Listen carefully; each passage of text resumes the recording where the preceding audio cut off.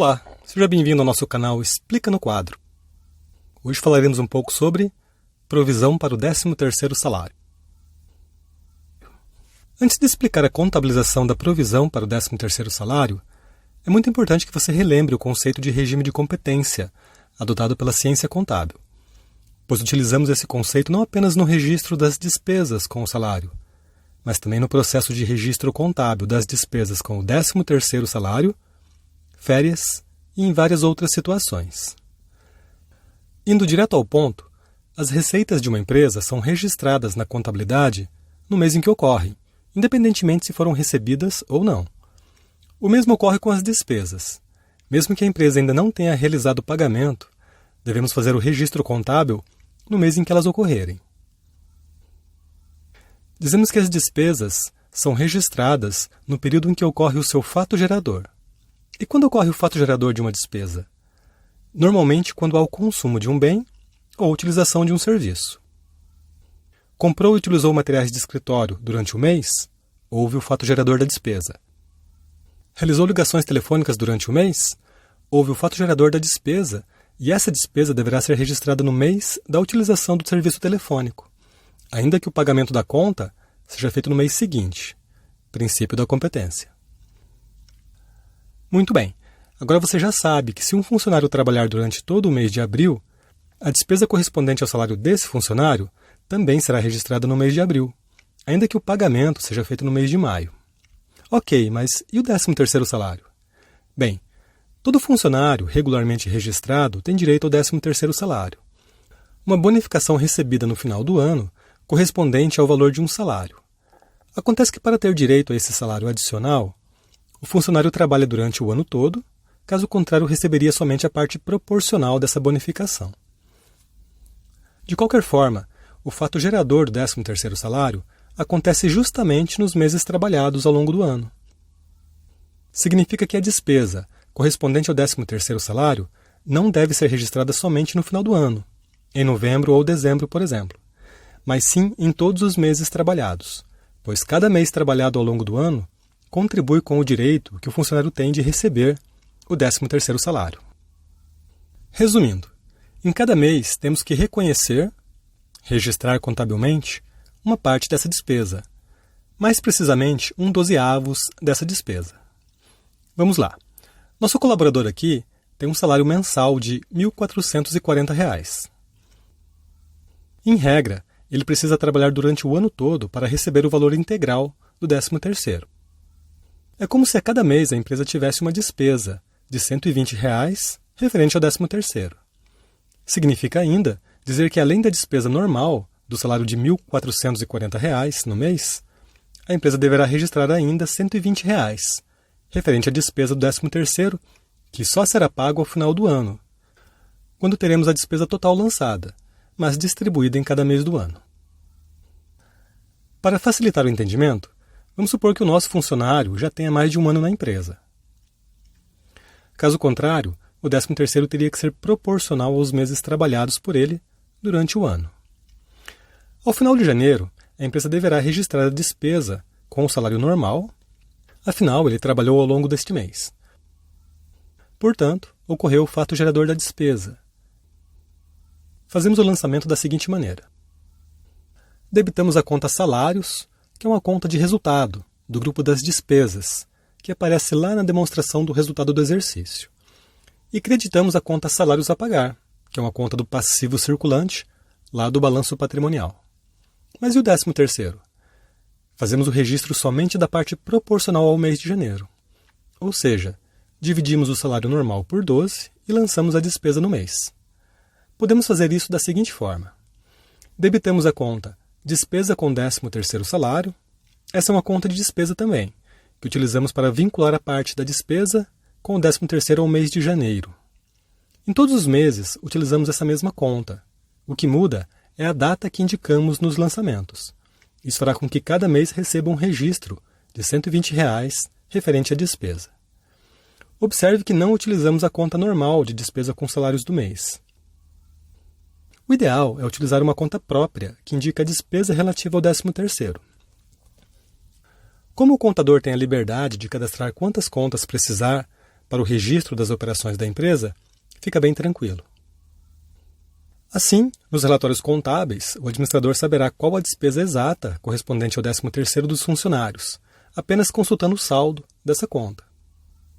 Um detalhe: utilizamos uma única conta para registro da despesa de todos os funcionários da empresa. Lembra que para todo débito existe pelo menos um crédito correspondente? Creditamos a conta Provisão para o 13º salário. Essa é uma conta do passivo, indica uma obrigação, ou seja, um dia a empresa terá que efetivamente pagar esse valor ao funcionário. Isso acontecerá provavelmente em novembro e dezembro, quando vencem as 2 parcelas do 13º salário. Mas até lá, essa conta irá acumular a obrigação relativa a cada mês. Portanto, terá seu saldo aumentado mês a mês.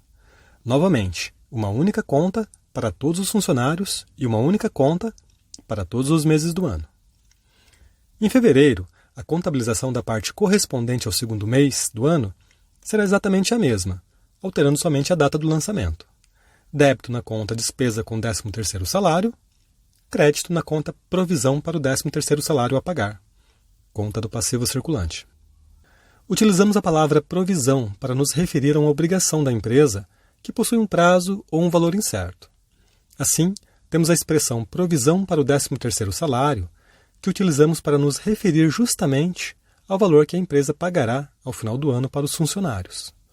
Caso haja alteração no salário do funcionário, haverá também alteração na obrigação, mas normalmente a empresa já tem uma ideia aproximada do valor a ser pago. Aliás, o mesmo raciocínio vale para as férias. Utilizamos a expressão provisão para férias para indicar os valores a serem pagos para o funcionário quando esse funcionário usufruir das suas férias. Como você viu, o registro das provisões para o 13º é relativamente simples, mas tem um porém. Assim como sabemos que o 13º deverá ser pago ao final do ano, a empresa também sabe que deverá pagar o valor referente ao FGTS, sobre o 13º salário, e também o valor relativo ao INSS, patronal, aquela parte do INSS que é despesa para a empresa.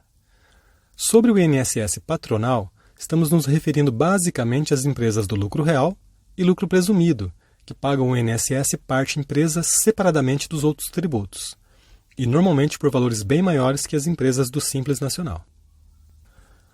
O FGTS é mais fácil. Utilizamos uma alíquota de 8% sobre a parcela do 13º salário. Já a contribuição para o INSS é uma composição de valores que parte do percentual de 20% sobre o salário, passando por adicionais do seguro de acidente de trabalho e terminando com o pagamento para o INSS referente aos terceiros. Aqui entram SESI, SENAI, SESC e outras instituições. Para facilitar o nosso cálculo, vamos considerar um percentual já formado de 26,8%, sendo 20% referente à parte bruta, devida para o INSS, 1% referente ao seguro de acidente de trabalho e 5,8% referente ao pagamento de terceiros. Assim, temos o total de 26,8%. Esse é o nosso percentual final a ser aplicado sobre a parcela do 13º. Como nossa parcela mensal é de R$ 120, teremos os seguintes valores. FGTS, R$ 9,60 pela aplicação do percentual de 8% sobre a parte proporcional do salário. INSS patronal, R$ 32,16 pela aplicação do percentual de 26,8%, também sobre a parte proporcional mensal. Esses valores poderão ser contabilizados mensalmente com a utilização das seguintes contas. FGTS. Débito na conta despesa com FGTS e uma conta de despesa da demonstração do resultado do exercício.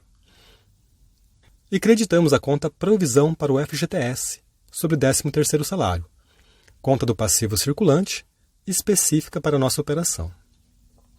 INSS patronal. Debitamos a conta despesa com contribuição ao INSS patronal, também uma conta de despesa da demonstração do resultado do exercício, e creditamos a conta provisão para contribuição ao INSS sobre o 13º salário, conta do passivo circulante, que indica a obrigação da nossa empresa de fazer a contribuição para o INSS ao final do período. Nesse ponto, é sempre importante conhecer as contas que já estão cadastradas no plano de contas da empresa. O nome exato da conta pode mudar de empresa para empresa, mas a classificação em contas de despesa e contas do passivo deve ser a mesma. As contas de despesa servirão para apropriar, em cada mês trabalhado pelo funcionário, as despesas proporcionais relativas aos encargos do FGTS e do INSS. Assim que a empresa optar por emitir suas demonstrações contábeis, já saberá quais foram as despesas com o 13º salário até a data da emissão das demonstrações, mesmo que as obrigações sejam pagas somente no final do ano. E as contas do passivo, que utilizamos, servirão para acumular ou provisionar as parcelas relativas à obrigação da empresa de pagar esses encargos para o governo lá no final do ano. Lembrando mais uma vez que nenhum desses encargos é descontado do salário do funcionário. São despesas da empresa. Para finalizar, lá no final do ano, essas contas terão seus saldos zerados. As contas de despesa deverão ser zeradas por conta do encerramento do exercício para serem utilizadas novamente no ano seguinte. Você deve se lembrar que precisamos encerrar todas as contas de despesas, custos e receitas para conhecer o lucro ou prejuízo da empresa no período. Normalmente isso é feito no final do ano. E as contas do passivo, que utilizamos para registrar as obrigações de pagamento do 13º e dos encargos, serão zeradas justamente pelo pagamento desses valores, para os funcionários e também para o governo. Curta, compartilhe, participe, explica no quadro Aulas de Contabilidade.